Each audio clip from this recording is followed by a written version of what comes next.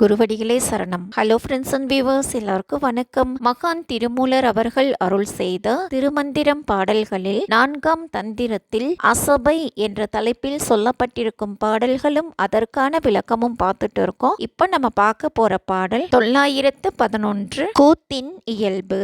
மேனி இரண்டும் விளங்காமல் மேற்கொள்ள மேனி இரண்டும் மிக்கார அவிகாரி ஆம் மேனி இரண்டும் உ ஆ இ ஏ ஓ என்று மேனி இரண்டும் இ ஓ உ ஆ ஏ கூத்ததே. திங்கள் இதயம் முதல் மூலாதாரம் வந்து உந்தியை அடையும். இதனை உ ஆ இ என்பவை குறித்தன. கதிரவன் விளங்குவதை இ உ ஏ ஓ என்பன உணர்த்தும். எனவே மேல் நோக்கி செல்லும் கதிரவன் கொப்புழை இடமாய்க் கொண்டு இருக்கும் என்றும், கீழ் நோக்கும் இயல்புடைய திங்கள் இதயத்தினின்று கீழே இறங்கி குறியிடத்தை இடமாய்க் கொண்டிருக்கும் என்றும் கூறுவார்கள். இந்த நிலையானது தீட்சையால் மாற்றி அமைக்கப்பட்டால் இ என்பது ஓவுக்கு போகும், பின்பு உ என்பதற்கு செல்லும். அதன் பின் ஆ போய் ஏ அமைய அந்நிலை திருக்கூத்து ஆகும். ஏ என்பது விசுத்தி சக்கரம். இதுவே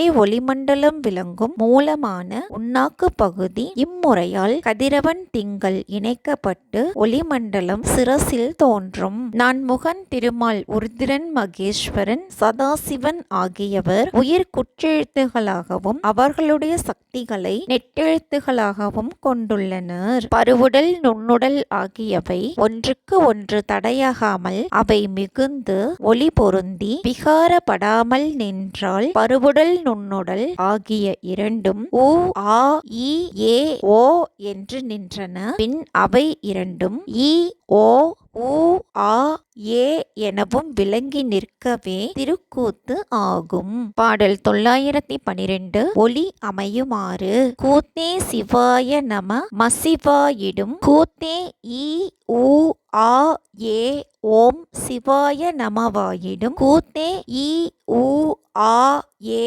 ஓம் சிவய நம ஆயிடும். கூத்தே இ உ ஏ ஓம் நமசிவாய கோலொன்று மாறே. இந்த பாடலில் திருவம்பல சக்கர அமைப்பும் அதன் விளக்கமும் சொல்லப்பட்டிருக்குங்க. திருவைந்தெழுத்தில் பருமை உடலிலும் நுண்மை ஒளியிலும் உள்ளன. சி ஒளியையும் வ வாயுவையும் யா வானையும் ந நீரையும் மண்ணையும் குறிப்பிடும். இந்த கூத்தே சிவாய நம மசிவாயன நமசிவாய எனம சிவா வாய நமசி என ஆகும். இந்த உண்மையை அறிந்து கடைபிடித்தால் சந்திர யோகமான சிவாய நம விளங்கி இ உ ஆ ஏ ஓம் பொருந்தும். பகலவன் யோகமான சிவாய நம என்பது விளங்கி இ உ ஆ ஏ ஓம் பொருந்தும். நமசிவாய கிரியை நெறியில் விளங்கி இ உ ஆ ஏ ஓம் ஆகும். இஃது ஒளி பொருந்தும் விதம் ஆகும். பாடல் 913. இறைவனின் ஆடலே உலக இயக்கம். ஒன்றில் இரண்டு ஆட ஓரொன்று உடன் ஆட ஒன்றினில் மூன்று ஆட ஓரேழும் ஒத்து ஆட ஒன்றினில் ஆட போர் ஒன்பதும் உடன் ஆட மன்றினில் ஆடினான் மாணிக்க கூத்தே.